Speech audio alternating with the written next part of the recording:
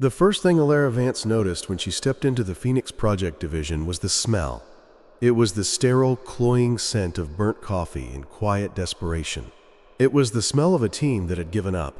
NNSHE clutched the strap of her simple canvas tote bag, the worn fabric, a stark contrast to the polished marble floors of the Vance Industries headquarters. She had deliberately dressed down, simple jeans, a gray hoodie, and sneakers with a frayed lace. Her long, dark hair was pulled back into a simple ponytail. She looked like a student, a courier, an intern, anything but who she actually was.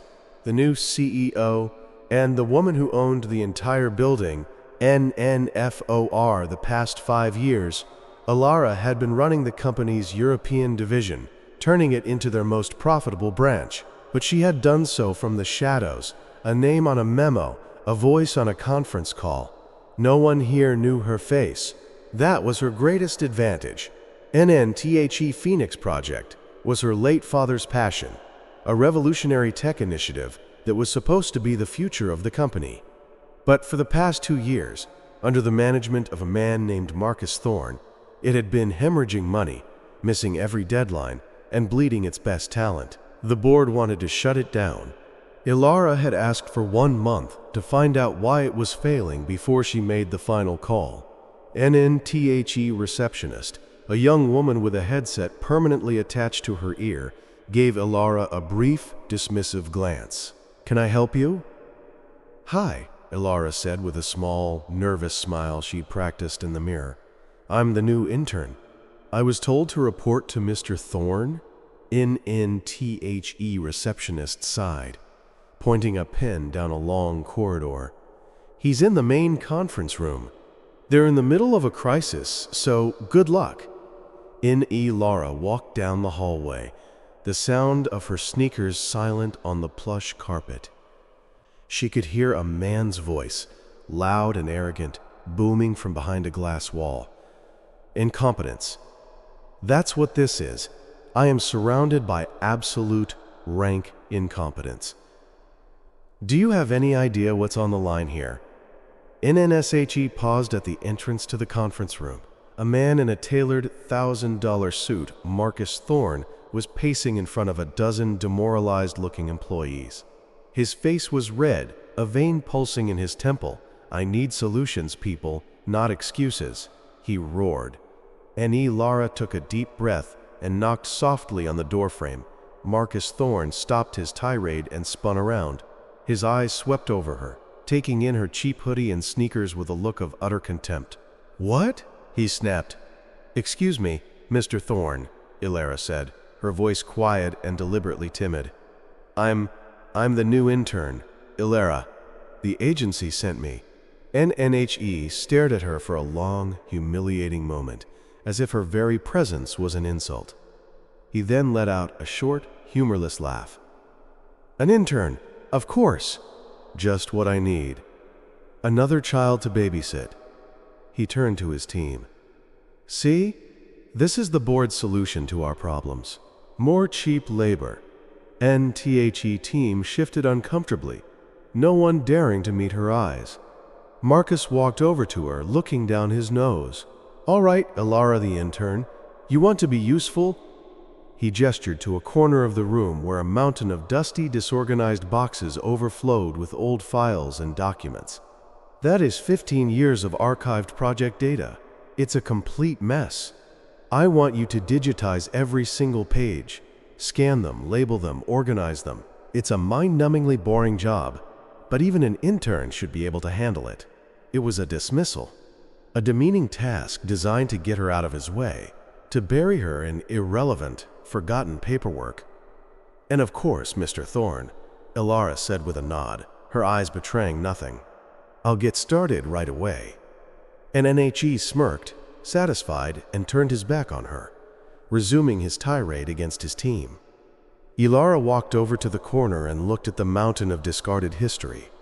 Marcus Thorne had just made his first and most critical mistake. He thought he had given her a punishment. NNHE had no idea he had just given her the keys to his entire kingdom. For the next 3 days, Elara existed in a world of paper and dust. The corner Marcus had banished her to became her kingdom. The boxes, which everyone else saw as a tomb of forgotten data, were a treasure trove. They were the company's unfiltered history, a raw and honest account of every decision, every budget, every success, and every failure, stretching back 15 years. It was a place no one had bothered to look, and therefore, it was the only place the truth could be hiding. Other employees avoided her.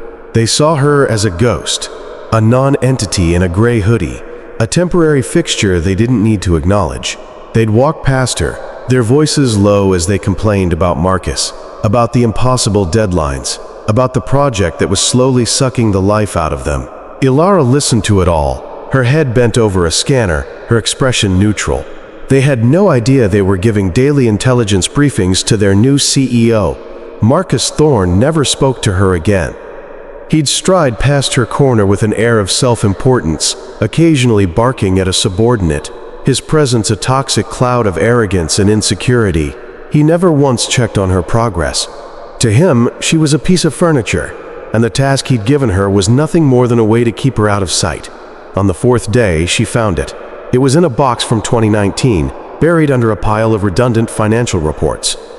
A thin, forgotten-looking folder labeled simply Project Chimera, her father's codename for the most secret, most revolutionary component of the Phoenix Project. Inside were handwritten notes, complex schematics, and a series of encrypted transaction logs that didn't match any of the official budgets. Her heart began to pound. This was it. This was the core of the project, a technology her father believed would change everything. But according to the official records, Project Chimera had been officially abandoned and defunded 3 years ago, deemed unfeasible, and Elara looked over her shoulder. The office was quiet. Marcus was in a meeting. She slipped the folder into her tote bag, her hands steady. That afternoon, she called in sick and took the folder back to the small, anonymous apartment she had rented under a false name, NNFOR. The next 2 days, she didn't sleep. She sat on her floor, surrounded by the contents of the folder, cross-referencing the encrypted logs with the public financial data she had downloaded from the company's servers. A picture began to emerge, a dark and ugly story hidden in the numbers. Project Chimera had never been abandoned. It had been stolen, and Marcus Thorne, along with 2 other senior executives Elara's father had once trusted implicitly, had created a shadow company. They had systematically siphoned off the best parts of the Phoenix Project's technology, funneling them into their own private venture. The official Phoenix Project, the one that was failing so spectacularly, was nothing but a hollowed-out shell, a decoy designed to fail while they secretly built an empire using her father's stolen genius. The hemorrhaging money wasn't due to incompetence. It was a deliberate, systematic act of corporate sabotage. Rage that filled Elara was a cold, quiet fire. They hadn't just stolen from the company. They had stolen her father's legacy. They had taken his dream and were using it to build their own, leaving his name on a project designed to be a public failure. Her father had taught her to be more than a victim. He had taught her to be a strategist. As she sat there amidst the evidence of their betrayal, she didn't just see a crime. She saw an opportunity. Marcus Thorne had left the door to his kingdom unlocked. He thought he had buried his secrets under 15 years of dust. He had no idea he had just handed a shovel to the one person on Earth with the most reason to start digging. She now had all the evidence she needed to destroy him. But destroying him wasn't enough. She wanted to reclaim her father's dream. And to do that, she needed to play the part of the invisible, useless intern just a little while longer. Elara returned to the office the next Monday, her face a perfect mask of the mousy, unassuming intern. She resumed her work in the dusty corner, the rhythmic hum of the scanner, a cover for the storm of calculation in her mind. Now that she knew the truth, she saw everything differently. She saw the way Marcus and his 2 executive cronies, a man named Gerald in finance and another named Peterson in legal, would hold quiet, closed-door meetings. She saw the coded language in their emails. She saw the subtle panic in their eyes whenever a deadline for the official Phoenix Project was missed. They weren't just colleagues, they were co-conspirators. NNBUT, she also started to notice someone else. An older woman named Sarah, a mid-level data analyst who had been with the company for over 20 years. Sarah was brilliant. Elara could tell from the few fragments of her work she'd seen, but she was also invisible in a different way. Marcus treated her with a dismissive, patronizing contempt, often taking credit for her insights in meetings and shutting down her concerns. The rest of the team, terrified of Marcus, kept their distance. Lara started her own quiet test. She'd accidentally leave a complex data problem from the archives on her desk when she went to get coffee. When she returned, she'd find a small, anonymous sticky note on her monitor with the elegant, precise solution written on it. It was always Sarah's handwriting. One afternoon, Elara found Sarah in the break room, looking defeated after a public dressing down from Marcus. Elara, playing her part, offered her a cup of tea with a shy, sympathetic smile. "He's intense," Elara said, her voice small. Sarah gave a short, bitter laugh. "Intense is one word for it." She looked at Elara, the helpless intern, and her guard seemed to drop. "This project, it's a sinking ship. We all know it, but no one has the courage to say it." "My father started it," Elara said quietly, "a calculated risk. I mean, the original concept. I read about it in the archives." In Sarah's eyes softened. "Your father must have been a very brilliant man. What Marcus is doing to his legacy, it's a crime." She hesitated, then leaned in closer. "None of this adds up. The numbers are a mess. The technology we're working on is a dead end. It feels like we're being set up to fail, but every time I try to raise a flag, Marcus buries my report." Elara just nodded, her expression one of wide-eyed innocence. But inside, she was taking notes. She had found her ally. Over the next week, Elara cultivated her relationship with Sarah. She'd ask her naive questions about the archives, and Sarah, believing she was mentoring a bright but clueless intern, would unknowingly provide her with the exact data trails she needed. Sarah pointed her to the specific server directories Marcus had locked down, the ones that contained the real, unaltered data for the Phoenix project. NNTHAT night, Elara stayed late, long after everyone else had gone home. Using a series of backdoors her father had built into the company's network, a final gift from a man who understood the value of secrets, she slipped past Marcus's firewalls. What she found was breathtaking.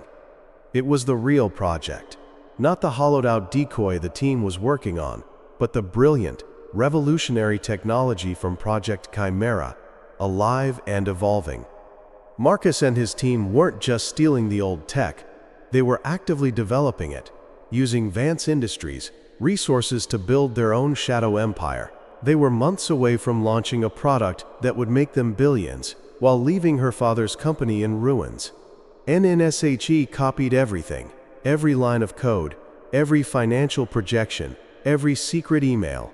As she sat there in the dark, the only light the glow of the data transferring to her encrypted drive, she knew the time for observation was over. It was time to set a trap of her own. The plan was simple, elegant, and deeply ironic. Marcus Thorne loved nothing more than a grand, company-wide presentation. He loved the spotlight, the feeling of authority, the sound of his own voice echoing in a room full of people who were paid to listen.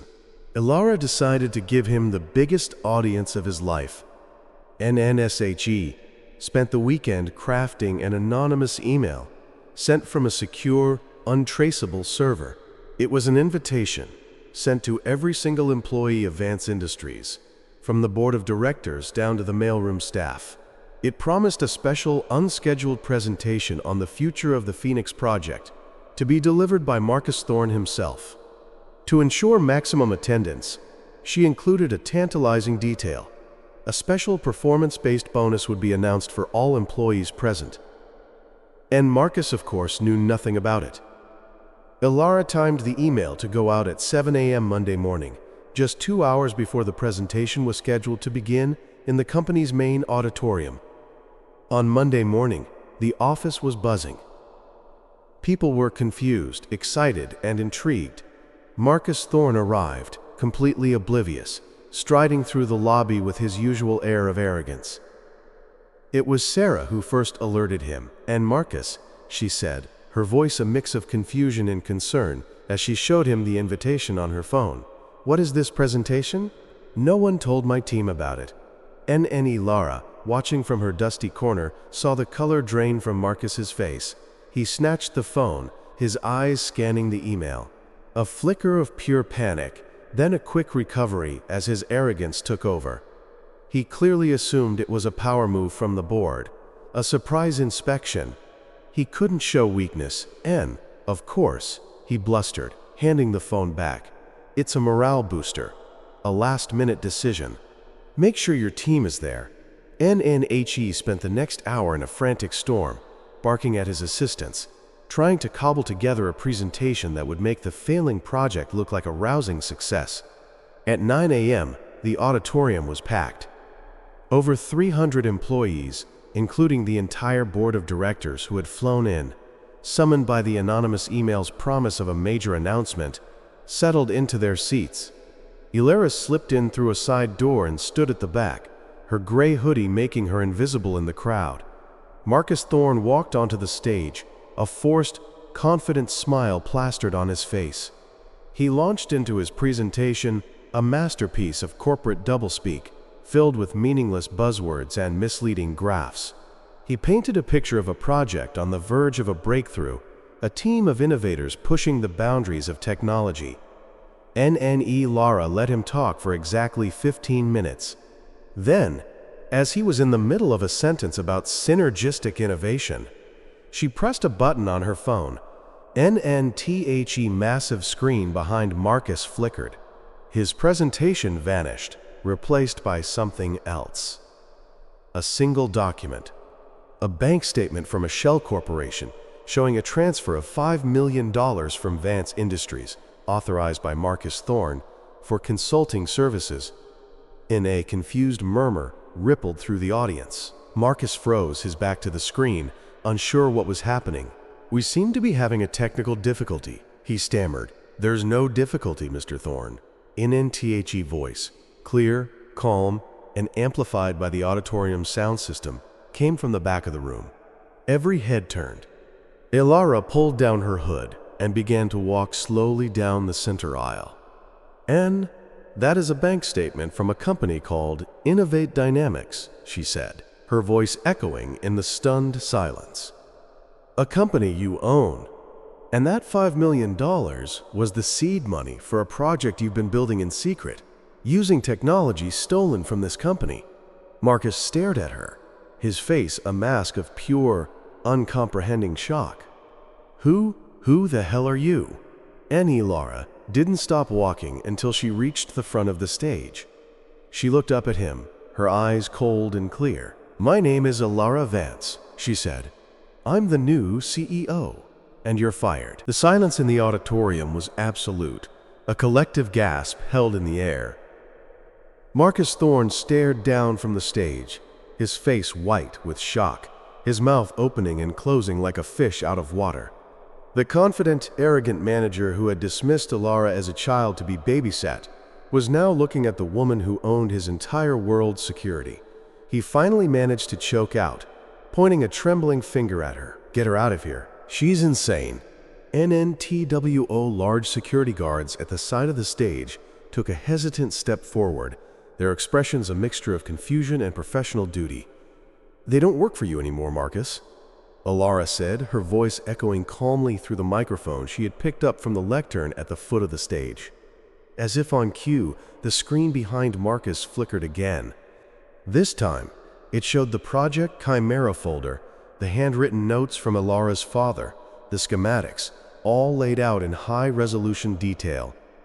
"In this," Elara announced, her voice resonating with a power no one in the room had ever heard from her, "is the real Phoenix Project. The one my father, Robert Vance, created. The one you and your partners, Gerald and Peterson, stole."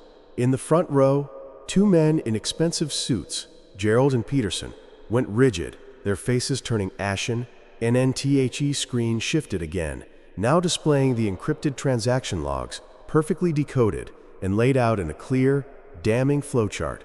It showed the money trail, a complex web of deceit that led from Vance Industries to the Shell Corporation, Innovate Dynamics, and then into their personal offshore accounts. "You've spent the last 3 years systematically sabotaging this company," Elara continued, her eyes scanning the faces of the board of directors, who were now leaning forward, their expressions a mixture of horror and fascination. "You created a decoy project designed to fail, while you used our resources, our labs, and our talent to build your own private empire on stolen technology. These are fabrications." Gerald shouted from his seat, finding a sliver of courage. "Doctored documents! You can't prove any of this." "Can't I?" Elara gave a small, cold smile. "Sarah, would you mind?" From the middle of the auditorium, Sarah, the quiet data analyst Marcus had so often humiliated, stood up. She held a tablet in her hand. "This is the unaltered server data from the Phoenix Project archives, cross-referenced with the original Chimera protocols," she said, her voice shaking but clear. "The data proves, without a doubt, that the core technology was diverted and that the official project's performance metrics were deliberately falsified." Marcus stared at Sarah, his expression one of utter betrayal. He couldn't comprehend that the invisible, overlooked woman he had dismissed as insignificant had just become the star witness to his execution. Nelara's voice softened but lost none of its steel. "You didn't just commit corporate fraud, you betrayed the trust of a man who considered you a friend. You took my father's legacy and tried to burn it to the ground to cover your tracks." NSHE turned her attention back to the silent, watching crowd. "The Phoenix Project is not dead. It was just in the wrong hands." She clicked her phone again, and the screen behind her lit up with a breathtaking demonstration of the real Project Chimera, a technology more advanced, more revolutionary than anyone in the room had imagined. "This is the future of Vance Industries, a future that begins today." NNSHE finally looked back at the 3 broken men. "Security," she said, her voice now calm and final. "Please escort Mr. Thorne, Mr. Peterson, and Mr. Gerald from the building. Our legal team will be in touch." As the guards moved in, Marcus found his voice one last time, a pathetic, desperate plea. "Elara, Ms. Vance, please. We can make a deal."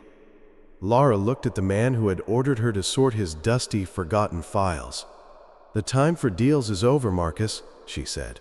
"You should have been nicer to the intern." The auditorium erupted into a chaotic symphony of gasps, whispers, and a smattering of stunned applause. As Marcus and his co-conspirators were led away, their faces a mixture of disbelief and terror, Elara stood alone on the stage, the full weight of the company's attention now settled on her.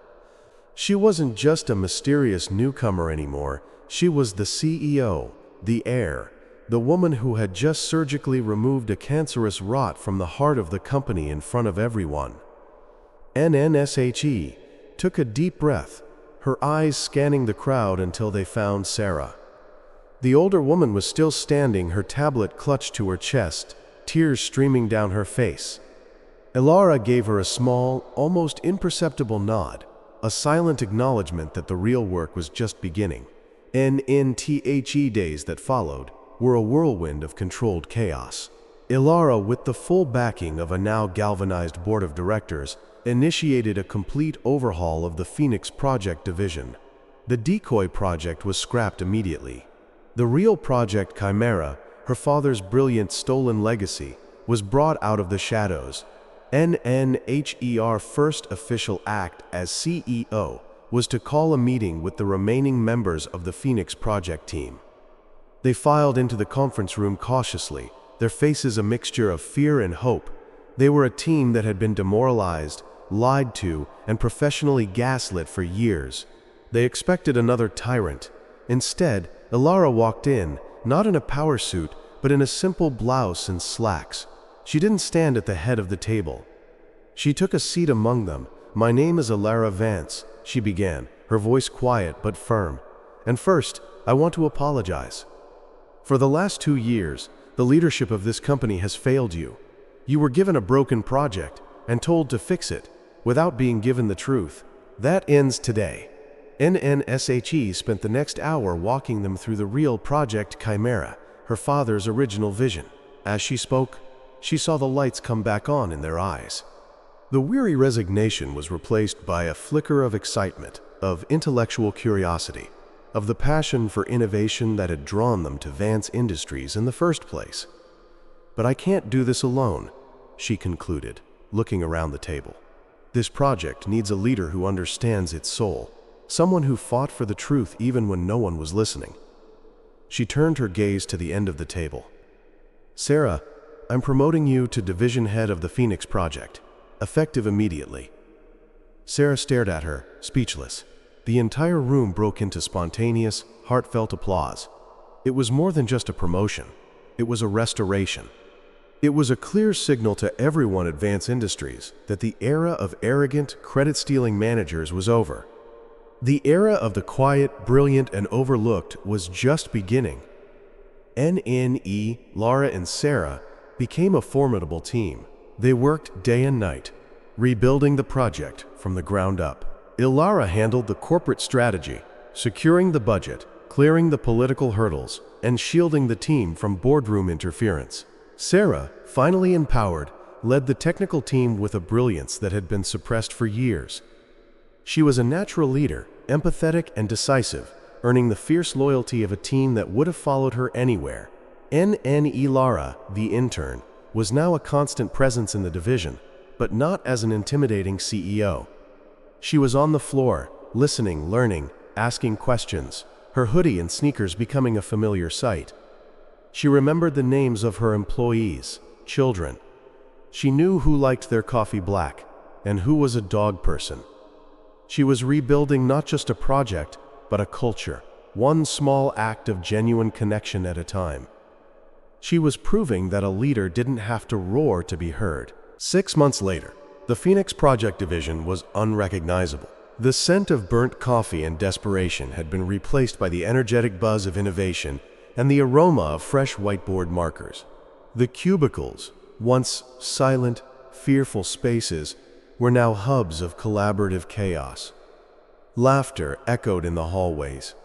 People stayed late, not because they were afraid of their boss, but because they were genuinely excited about their work.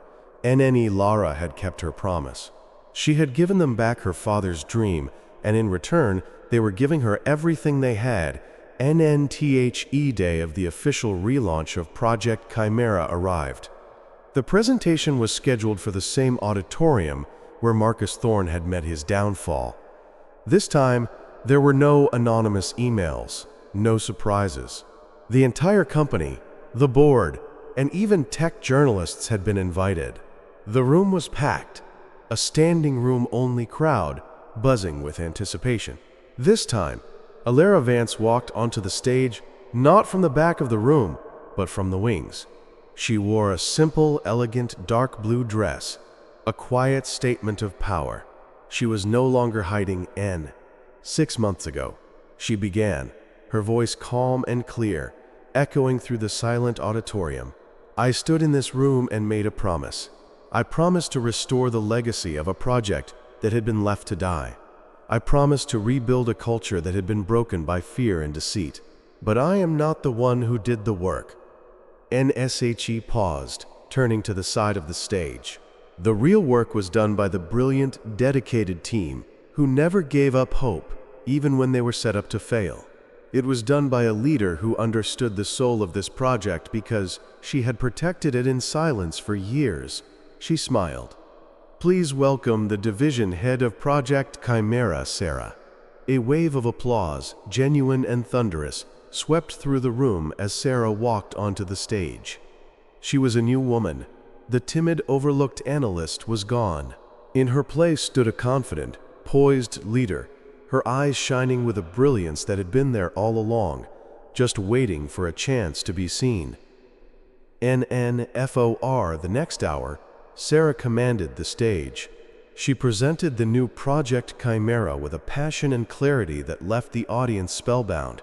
She didn't just present data, she told a story. A story of a dream reclaimed, of a team reborn, of a future that was brighter than anyone had imagined.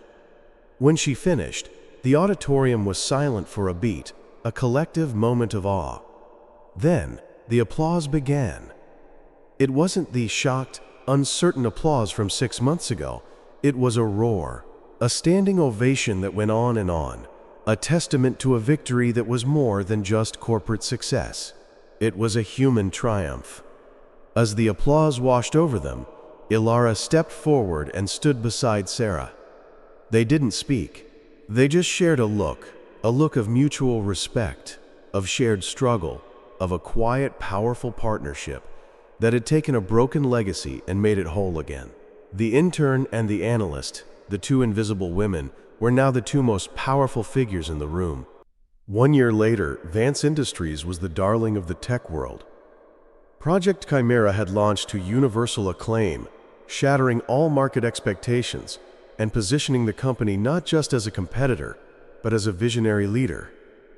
The company's stock had tripled, but more importantly, the culture had fundamentally shifted. The name Vance Industries was no longer associated with the cold, cutthroat practices of the past, but with a new era of integrity, collaboration, and genuine innovation. Elara Vance was a new kind of CEO. She was often featured in business magazines, not just for her brilliant strategic mind, but for her revolutionary leadership style. Stories circulated about the CEO, who held her most important meetings not in the boardroom, but in the engineering labs. The leader who knew every employee by name. The woman who still occasionally walked the halls in a simple gray hoodie. A quiet reminder to everyone that the best ideas often come from the places you least expect.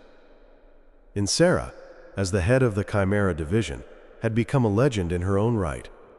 She was a celebrated leader, known for her empathy and her uncanny ability to nurture raw talent. She made it her personal mission to find the quiet, overlooked employees, the ones like her, the ones like the intern Elara had once pretended to be, and give them a platform to shine. The corner where Elara had once been banished to digitize files was now a celebrated innovation incubator, a space where the company's brightest, quietest minds were given the freedom to experiment without fear of failure. One evening, Elara found Sarah standing in that same corner, looking at a new intern who was sketching ideas on a whiteboard. "It's a different world now, isn't it?" Sarah said, not taking her eyes off the young woman. "You're the one who changed it, Sarah," Elara replied softly. Sarah finally turned, a warm, knowing smile on her face. "No, I just kept the flame lit. You're the one who came in and reminded everyone that a single spark, even from the quietest corner of the room, can burn down the old forest and make way for something new to grow." They stood there for a moment in comfortable silence, two women who had been made invisible by a system that valued arrogance over intellect. But together, they had built a new system, one founded on the simple, radical belief that everyone deserved to be seen. Elara looked at the intern, then back at the thriving, humming office that spread out before her, her father's company, her father's legacy, now reborn. She was no longer just the heir to the throne. She was the architect of a new kingdom, one built not on the roar of a single powerful man, but on the collective, brilliant voices of everyone who had ever been told to stay silent.